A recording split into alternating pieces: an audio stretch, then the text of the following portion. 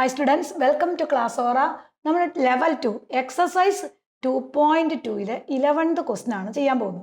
Find the value of tan inverse of 2 cos sine inverse of 1/2. കാണുമ്പോൾ നമ്മൾ ഓർക്കും വലിയ പ്രോബ്ലം. വളരെ സിമ്പിൾ ആയിട്ടുള്ള നമുക്ക് വാല്യൂ നമ്മൾ പഠിച്ച വാല്യൂ വെച്ചുള്ളൊരു പ്രോബ്ലമാണിത്. ഇവിടെ നമുക്ക് നോക്കാം, ഇങ്ങനെ ഒരു ക്വസ്റ്റ്യൻ കിട്ടിക്കഴിഞ്ഞാൽ നമ്മൾ ഇതിനകത്തുനിന്ന് തൊട്ട് വാല്യൂ കൊടുത്തു വരിക. Cos of sine inverse of 1/2. ഇവിടെ നമുക്കറിയാം ഈ വാല്യൂവിനകത്ത് ഏറ്റവും അകത്ത് കിടക്കുന്നതിന് ആദ്യം കൊടുക്കും. സാധാരണ പ്രോബ്ലം നമ്മൾ ചെയ്യുമ്പോൾ ഇവിടെ നിന്ന് ചെയ്തു, പക്ഷെ ഇത് ഉള്ളിൽ നിന്ന് ഇങ്ങോട്ടാണ്, റിവേഴ്സ് ആണ് ചെയ്യുന്നത്. അപ്പം നമ്മൾ ആദ്യം നോക്കേണ്ടത് സൈൻ ഇൻവേഴ്സ് 1/2 എന്നതിൻ്റെ വാല്യൂ ആണ് കൊടുക്കേണ്ടത്. അപ്പോൾ ഇവിടെ നോക്കാം, ടാൻ ഇൻവേഴ്സ് ഓഫ് 2 കോസ്. സൈനിന് നമ്മൾ 1/2 വാല്യൂ പിടിച്ച് ഏത് വിലയ്ക്കാം? ദാറ്റ് ഈസ് ഈക്വൽ ടു ഏതാണ്?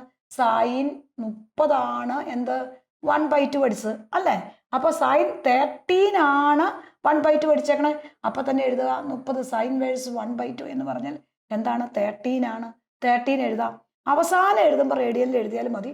ഇതിനകത്ത് 13 ഡിഗ്രി മെഷർ എഴുതിയാലും വലിയ പ്രശ്നമില്ല, നമുക്ക് മനസ്സിലാവാൻ വേണ്ടിയിട്ട്. അപ്പോൾ ഇനി നമുക്കറിയാം കോസ് 30യുടെ വാല്യൂ എന്നാ? √3/2. അപ്പോൾ നമ്മൾ ഈ ക്വസ്റ്റ്യൻ എങ്ങനെയായി നോക്കിയേ? ടാൻ ഇൻവേഴ്സ് ഓഫ് 2 കോസ് 30 എന്ന് പറഞ്ഞാൽ ദാറ്റ് ഈസ് ഈക്വൽ ടു √3/2. അപ്പം നമ്മൾ ആ വാല്യൂ ഇവിടെ കൊടുത്തു, √3/2 കൊടുത്തു. അപ്പം ഈ 2 വെട്ടിപ്പോവും. അപ്പം നമ്മുടെ ആൻസർ ആയി എനിക്ക് ടാൻ ഇൻവേഴ്സ് √3 ആയി. വീണ്ടും നമ്മൾ ടാനിന് ഏത് വാല്യൂവിനാണ് √3 പഠിച്ചത് നോക്കുക. 60 ആണ്. 60 എന്ന് പറയുമ്പോൾ എന്താണ്? റേഡിയനിലേക്ക് കൺവേർട്ട് ചെയ്യുമ്പോൾ 60 ഡിഗ്രി എന്ന് പറഞ്ഞാൽ താഴെ 3 വരും. 30 എന്ന് പറഞ്ഞാൽ നമ്മൾ പഠിച്ചിട്ടുണ്ട്, താഴെ 6 വരും. അപ്പം നമ്മുടെ ആൻസർ എന്തായി? π/3. അപ്പോൾ നമ്മുടെ വാല്യൂ എന്ന് പറയുന്നത് π/3 വരും. ഇതിന് ഇതേ ടൈപ്പ് നമുക്ക് 2 എക്സാമ്പിളോടെ നോക്കാം. ഇപ്പോൾ നമ്മളൊരു ടെസ്റ്റിൽ ഒരു ക്വസ്റ്റ്യൻ ചെയ്യുമ്പോൾ അതേ മോഡൽ 2 എക്സാമ്പിളോടെ ചെയ്താൽ നമുക്ക് വളരെ സിമ്പിളാണ്. ഇത് നമ്മുടെ ലെവൽ 1-നകത്തൊക്കെ ഇതേ ഓരോ ടൈപ്പ് പ്രോബ്ലം നമ്മൾ തരംതിരിച്ചാൽ കൊടുത്തതാണ്. അപ്പോൾ നിങ്ങൾക്ക് പഠിക്കുമ്പോൾ വളരെ ഈസി ആയിട്ട് പഠിക്കാൻ പറ്റും കേട്ടോ. അപ്പോൾ നമുക്ക് സെക്കൻഡ് ഒരു എക്സാമ്പിൾ നോക്കാം. Tan inverse of 2 sine of cos inverse of √3/2. ഇവിടെ നമ്മൾ അകത്തുനിന്ന് തന്നെ വാല്യൂ ഇതുപോലെ കൊടുത്തു കൊണ്ടുവരണം. അപ്പൊ ഫസ്റ്റ് വൺ എന്ത് ചെയ്യണം? Tan inverse of 2 sine. എന്തിനാണ് കോസിന് നമ്മൾ √3/2 എന്ന വാല്യൂ പഠിച്ചത്? കോസ് 30 ആണ് √3/2 പഠിച്ചത് അല്ലേ? അപ്പൊ നമ്മൾ ഇവിടെ എന്ത് എഴുതണം? 13 എഴുതണം. കാരണം കോസ് ഇൻവേഴ്സ് ഓഫ് √3/2 എന്ന് പറഞ്ഞാൽ 13 ആണ്. 13 ഡിഗ്രിക്കാണ് നമ്മൾ കോസിന് എന്താ √3/2 എന്ന വാല്യൂ പഠിച്ചത്. അപ്പൊ നമ്മൾ 13 എഴുതി. ഇനി നമ്മൾ അടുത്ത് കൊടുക്കുക ടാൻ ഇൻവേഴ്സ് ഓഫ് 2 സൈൻ 30ന്റെ വാല്യൂ എന്താ പഠിച്ചത്? സൈൻ 30 എന്ന് പറഞ്ഞാൽ 1/2 ആണ്. അപ്പൊ 1/2 എഴുതി. അപ്പൊ ഈ 2 വെട്ടിപ്പോയി. അപ്പൊ നമുക്ക് എന്ത് കിട്ടി? ടാൻ ഇൻവേഴ്സ് ഓഫ് 1 വരും. ടാൻ ഇൻവേഴ്സ് 1, ടാനിന് 1 ഏത് വിലയ്ക്കാണ് പഠിച്ചത്? 45. അപ്പൊ അതായത് നമ്മളിങ്ങനെ റിവേഴ്സ് എഴുതി കൊടുത്താൽ മാത്രം മതി. ആൻസർ എന്താ? π/4 കിട്ടും. സെയിം മോഡൽ ഇതുപോലെ തന്നെ ഒരു എക്സാമ്പിളോടെ നോക്കാം നമുക്ക്. എക്സാമ്പിൾ 3.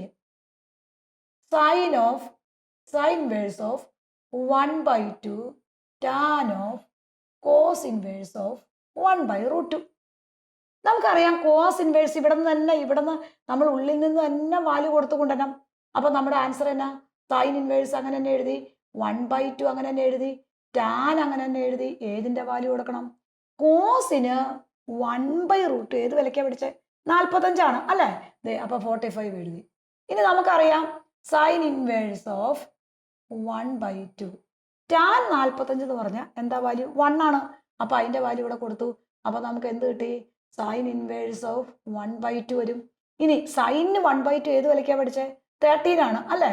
അപ്പൊ that is equal to 13 degree എന്ന് പറഞ്ഞാൽ താഴെ ഏത് വരും? 6 വരും. അപ്പൊ π/6 വരും. അപ്പൊ നമ്മുടെ ആൻസർ എന്ത് വരും നോക്കി? π/6. Principal value π/6. അപ്പൊ നമ്മൾ ടെസ്റ്റിലെ ക്വസ്റ്റ്യൻസ് ആണെങ്കിലും എല്ലാ പ്രോബ്ലത്തിനും ഇതുപോലെ ഓരോ എക്സാമ്പിൾസും കൂടെ ചെയ്ത് കഴിയുമ്പോൾ നമുക്ക് ആ ചാപ്റ്ററിനകത്ത് ആ കണ്ടന്റ് വളരെ ക്ലിയർ ആയിട്ട് മനസ്സിലാവും. പിന്നെ ഇതുപോലെ ഏത് ക്വസ്റ്റ്യൻ വന്നാലും നമുക്ക് ചെയ്യാൻ പറ്റും. അങ്ങനെ വേണം നമ്മൾ മാത്സ് പഠിക്കാൻ കേട്ടോ.